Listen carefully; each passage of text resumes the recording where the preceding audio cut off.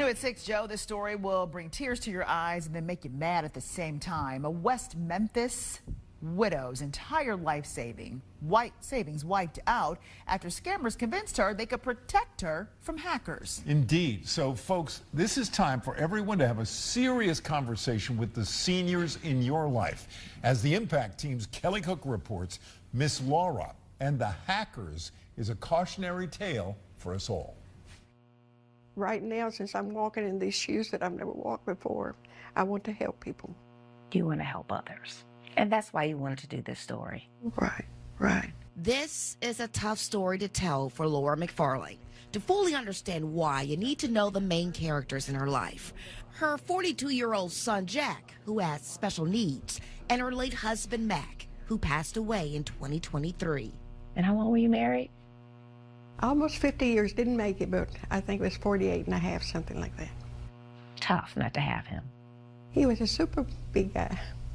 At 81 years old, she's starting over, figuring things out on her own, like fixing the computer, something her late husband always took care of for her. What was wrong with your computer? It started acting up. I can't tell you precisely, but it just wasn't doing right. A message with a phone number claiming to be from Microsoft had taken over her screen. And so when you dialed the number, what did the person on the other line sound like? Sounded like a young man, and he identified himself as Steve. I was anxious to get my computer fixed. I thought, yay, Microsoft is a reputable company. Steve, claiming to be technical support, began dictating a series of numbers and letters for Miss Laura to type into her computer. He said, what do you see now? I said, whoa, I see 6 lines, 6 columns with letters and words underneath them. He said, you have got 6 scammers on your computer. Steve said the scammers were looking for her cash, and her bank account was likely already compromised. He told her she needed to act fast. Whatever you do, don't use your cell phone to call the bank, because the scammers could have tagged your phone too, and they would be hearing exactly what you're telling the bank. Steve transferred Miss Laura to a man named Charles, who claimed to be a representative of her bank. Charles had a solution for protecting her money from the hackers. He told her he'd help her open a solo account. He said it's a account where we will hide your money. So if the scammers come back, they'll see no money. I thought, that's great. Unbeknownst to Miss Laura, she was a part of a multi-million-dollar trap. The Microsoft pop-up tech support scam, offering fake solutions to made-up problems.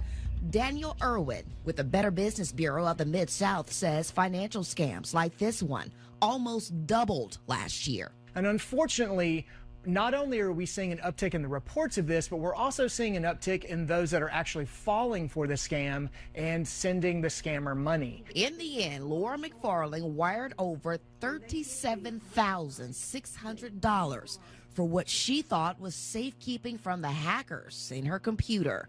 It was her Sunday school teacher who delivered the bad news. She'd been scammed and needed to call police. I just felt dumbfounded. I mean, because I never think evil about people. The Impact Team obtained the latest data from the FBI in Arkansas, where Miss Laura lives. 270 people turned over nearly $6 million in just the tech support scams. Other financial crimes, such as romance, lottery, and cryptocurrency scams, also led to big losses in the natural state. And the victims are overwhelmingly over the age of 60. Experts say seniors make great targets. They're usually not tech savvy, have financial savings and good credit. They come from a more of a trusting time, right? A lot of them, you know, they're a different generation. They tend to trust authority more. And there's one other reason. Seniors tend to be isolated, which is likely why the scammers told her the cell phone was tapped to keep her from calling for help. Kelly, I'll just say this, that I cannot believe that my aunt, as smart as she is, got taken like this. I spoke to Miss Laura's closest relatives, nieces and nephews spread out across the country. Our only hope was that something like this might happen to where, you know, maybe the news would pick it up. And here's the thing about your aunt. She is isolated. Her husband has passed away. She has a special needs older son, and nobody else is there in West Memphis, Arkansas. Is that the concern too? Yes. Yeah. Yes. They thought maybe it was time for their last living aunt to move closer to family.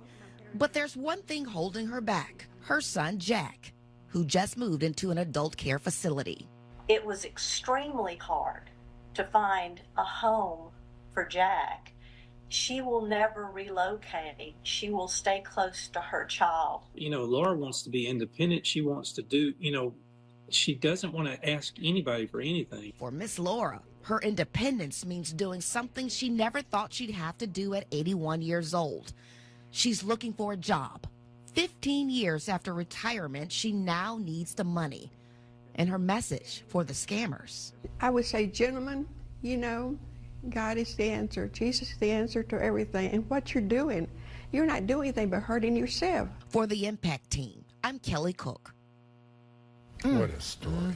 What a story. Experts applaud Miss Laura for immediately contacting her bank and filing criminal complaints with police and the FBI, but they have not been able to recover any of her money. Yeah, so here's some important information for you. Microsoft says it never includes a phone number with any error warning, and the company does not make unsolicited calls or send emails offering tech support. Those are scams. So Miss Laura's family has set up a GoFundMe account to help her with her expenses.